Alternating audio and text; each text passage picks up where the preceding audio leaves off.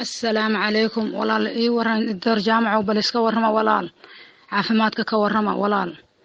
waan mashquulay hadda ka hor baan kula soo xiriiri lahaa laakiin gabar baa iga xanuunsanad yar walaal gabadheena insha Allah ilaahay waa caafiya alxamdulillaah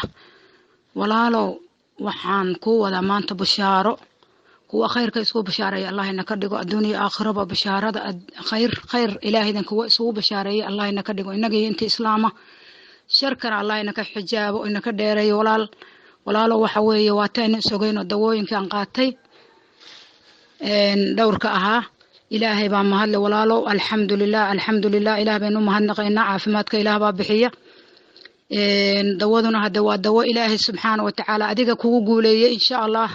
saan rajaynayana xasanaad badan ilaahay ka siinayo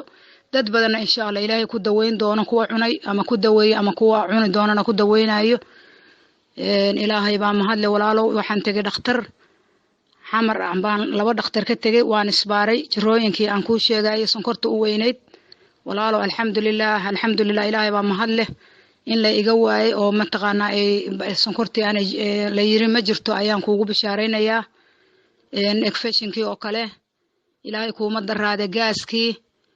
wixii dhamaaba walaal in la iga waayay oo la yiri 100% baa tahay ayaan kuugu bishaareynaa walaalo ilaahay baana mahad leh ilaahay baana subxaanahu wa ta'ala ina ku guuleeyay hadaan ilaahay subxaanahu wa ta'ala caafimaadkeena ku larin ina waxba ma qaban karo adigu waa dadaashay anigu waan dadaalay waan cunay dawadiisa ee ahayd baan cunay waliba 10 bari oo dambaan ka mashquulay bishii hadayna dhaaftay 10keedii bari oo u dambeysay dawadii guriga taal waayo gabar yar baa iga xanuunsatay aan Muqdisho la aaday walaal hadda ka hor baan rabay inaan mataqaana isku soo bishaareeyo walaal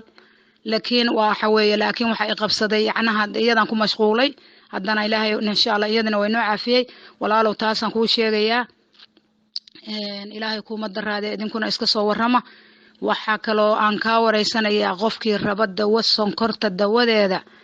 qiimaheedu intee noqonaysa anigu dhowr dawaan ka qaatay walaalseen ognahay marka dad badan oo walaalow ehelaha bahasha la eldaran oo boosaso iyo meelaha jooga Soomaalida oo dhan intay joogaan dhowr qof baan hadda u soo bandhigay walaal ilaahay kuma daraade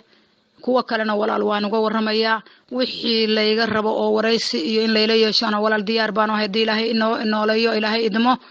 walaalow bal ii soo warrano sonkorta dawadeeda qofkii raba insha Allah walaal qiimaheedu intuu noqonayo ii soo sheeg ilaahay kuma daraade wixii kaleeto na waa kala qaadanayna oo wareysi oo kaleeto markii la iga rabo waan bixinayaa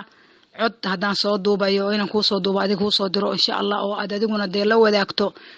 dadka oo kaleeto diyaar baan u ahay waa ka walaalo khayrkaas aan ku sheegay waxaan wadaagnaa waa khayr sharkana Allah ina ka dheereeyo assalaamu calaykum wa rahmatullaahi wa barakaatuh